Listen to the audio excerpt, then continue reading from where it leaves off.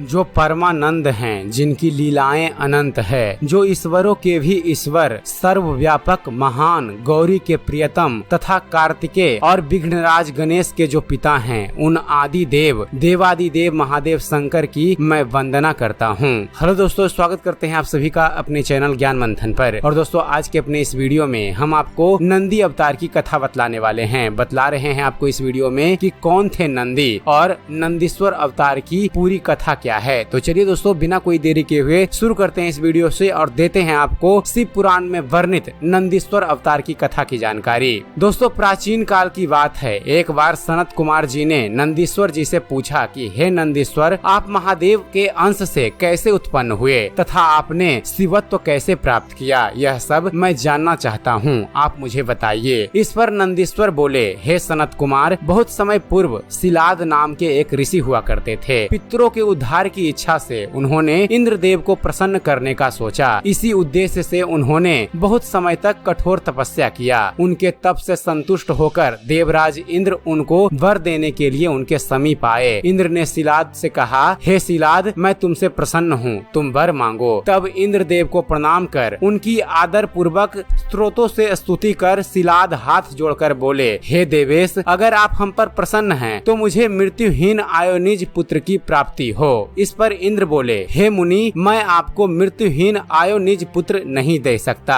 क्योंकि भगवान विष्णु से पितामह ब्रह्मा जी तक सब मृत्यु वाले हैं, तो औरों की बात ही क्या किया जाए। हाँ, यदि भगवान शिव प्रसन्न हो जाएं, तो तुम्हारे लिए मृत्युहीन आयोनिज पुत्र प्रदान कर सकते हैं, अतः आप शिव जी को प्रसन्न कीजिए। इतना कहकर इंद्रदेव अपने लोक को चले गए। देवराज इंद्र के जाने के बाद शिलाद ने दिव्य सहस्त्र वर्ष तक भगवान महादेव की आराधना की। उनकी आराधना से प्रसन्न होकर देवादिदेव महादेव शिव शंकर उनके समक्ष प्रकट हुए तथा उनकी आराधना से प्रसन्न होकर भगवान शिव ने शिलाद ऋषि से कहा, हे शिलाद, उठो, मैं तुम्हें वरदान देने आया हूँ। भगवान शिव के ध्यान में मग्न और समाधि में लीन शिलाद मुनि ने भगवान शिव की वाणी को नहीं सुना।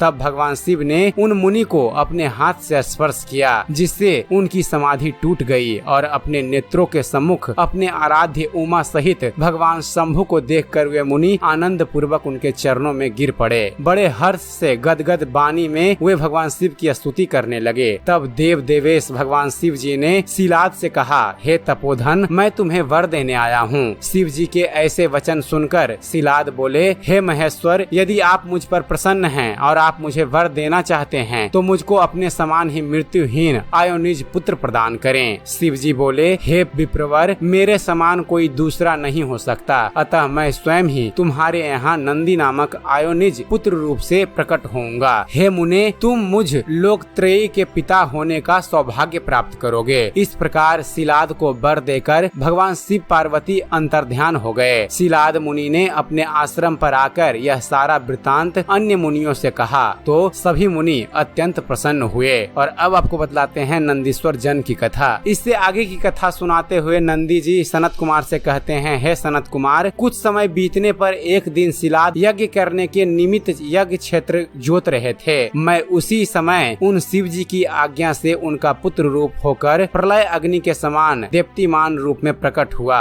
उस समय देवताओं ने फूल बरसाए तथा ऋषिगण भी चारों तरफ से पुष्प वृष्टि करने लगे। हे मुनि, उस समय मेरा स्वरूप प्रलय काल के सूर्य और अग्नि के समान प्रकाशित तथा त्रिनेय चतुर्भुज और जटा मुकुटधारी था। साथ ही वह त्रिशूल आदि शस्त्रों को धारण किए हुए था। मेरा ऐसा स्वरूप देखकर मेरे पिता ने मुझे प्रणाम किया और बोले, हे सुरेश्वर, तुमने मुझे महान आनंद दिया है, इस कारण तुम्हारा नाम आज से मैं नंदी रखता हूँ। तदंतर मेरे पिता मुझे अपनी पूर्ण कुटी में ले गए। पूर्ण कुटी में पहुंचकर मैंने अपना वह रूप त्याग कर मनुष्य शरीर धारण कर लिया। हे सनत कुमार, मुझ पर अत्यधिक स्नेह करने वाले उन साल कायन के पुत्र शिलाद ने मेरे संपूर्ण जात कर्म आदि संस्कार किए। 5 वर्ष की अवस्था में ही मेरे पिता ने मुझे सांडगोपांग वेदों को और शास्त्रों को पढ़ाया। 7वें वर्ष में मित्र वरुण संज्ञक 2 मुनि शिवजी की आज्ञा से मुझे देखने को आए। तब मेरे पिता से सत्कार को प्राप्ति होकर वे मुनि अच्छी प्रकार से बैठे और मुझे बारंबार देखकर वे महात्मा जी बोले, हे तात, संपूर्ण शास्त्रों के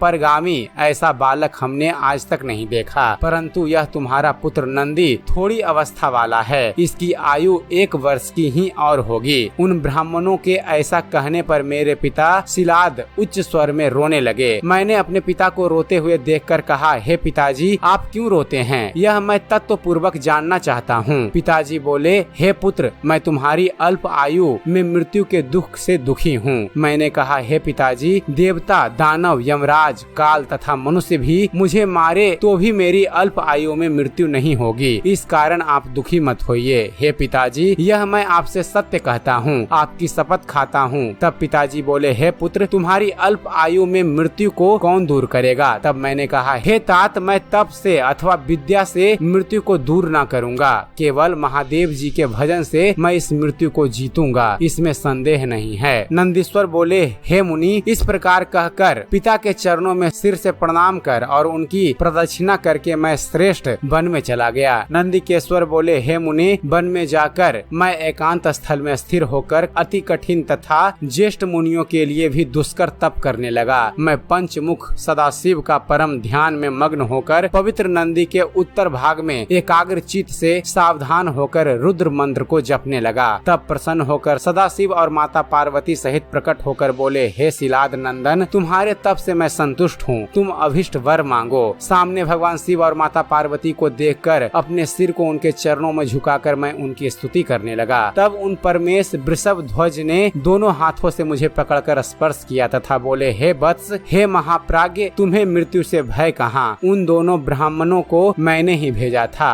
तुम मेरे ही समान हो, इसमें कुछ संशय नहीं है। तुम पिता और सुसज्जनों सहित अजर अमर, दुख रहित, अविनाशी, अक्षय और मेरे प्रिय होगे। इस प्रकार कहकर उन्होंने अपनी कमलों से बनी शिरोमाला उतारकर शीघ्र मेरे कंठ में डाल दी। हे मुनि, उस सुंदर माला को कंठ में पहनते ही 3 नेत्र 10 भुजाओं वाला मानो मैं दूसरा शिव हो गया। परमेश्वर ने कहा, और क्या श्रेष्ठ वर दूं? इतना कहकर वृषभ ध्वज ने अपनी जटाओं से हार के समान निर्मल जल ग्रहण कर नंदी हो ऐसा कहकर उसको मेरे ऊपर छिड़का। उस जल से 5 शुभ नदियां जटोत्का, त्रिशोता, वृषध्वनि, स्वर्णोदका और 5वीं जम्मू नदी उत्पन्न होकर बहने लगी। यह पंचनंद नामक परम पवित्र शिव का पृष्ठ देश जपेश्वर के समीप वर्तमान है। शिव जी पार्वती जी से बोले, मैं नंदी को गणेश्वर पद में अभिषिक्त करता हूँ, तुम्हारी इसमें क्या सम्मति है? पार्वती जी बोली, हे देवेश, यह शिलाद पुत्र नंदी आज से मेरा महाप्रिय पुत्र हुआ।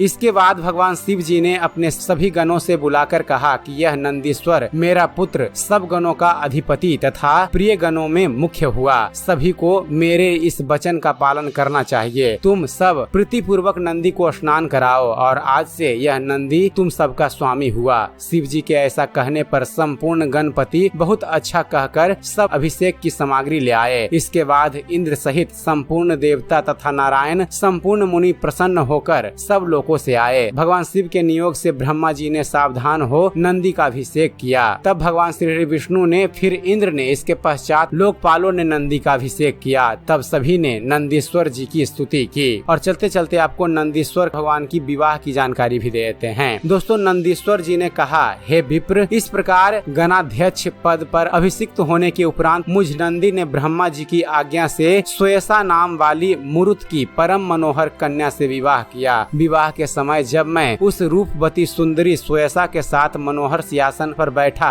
तब महालक्ष्मी ने मुझे मुकुट से सजाया। देवी ने अपने कंठ का दिव्य हार मुझे दिया। श्वेत वृषभ, हाथी तथा सिंह की ध्वजा, स्वर्ण का हार इत्यादि वस्तुएं मुझे मिली। विवाह के पश्चात मैंने ब्रह्मा जी, विष्णु जी के चरणों में नमस्कार किया। तभी भगवान शिव जी ने मुझे सप्तनीक देख परम प्रीति से कहा, हे सतपुत्र, तुम पति और यह श्वेसा तुम्हारी पत्नी है। मैं तुमको वही वर दूंगा जो तुम्हारे मन में है। तुम मेरे सदा प्रिय रहोगे, जहाँ तुम रहोगे वहीं मैं रहूंगा। इस प्रकार यह कहकर शिव जी उमा सहित कैलाश को चले गए। नंदीश्वर बोले, हे सनत कुमार, जिस प्रकार मैंने शिवत्व प्राप्त किया वह कथा मैंने आपको सुना दी। तो दोस्तों, यह थी कथा शिव पुराण में वर्णित नंदीश्वर अवतार की। उम्मीद करते हैं फ्रेंड्स आप सभी को हमारा ये वीडियो पसंद आया होगा। अगर वीडियो पसंद आया हो तो वीडियो को लाइक और शेयर करना ना भूलिएगा। और दोस्तों, ऐसे ही धर्म और इतिहास से जुड़े हुए ज्ञानवर्धक वीडियो देखते रहने के लिए हमारे चैनल ज्ञान मंथन को सब्सक्राइब करना ना भूलिएगा। हमारे चैनल को सब्सक्राइब कीजिए और हम आपके लिए ऐसे ही इंटरेस्टिंग वीडियोज लेकर आते रहेंगे। तो फिर जुड़े रहिए हमारे चैनल के साथ और देखते रहिए, जानते रहिए। धन्यवाद। जय हिंद।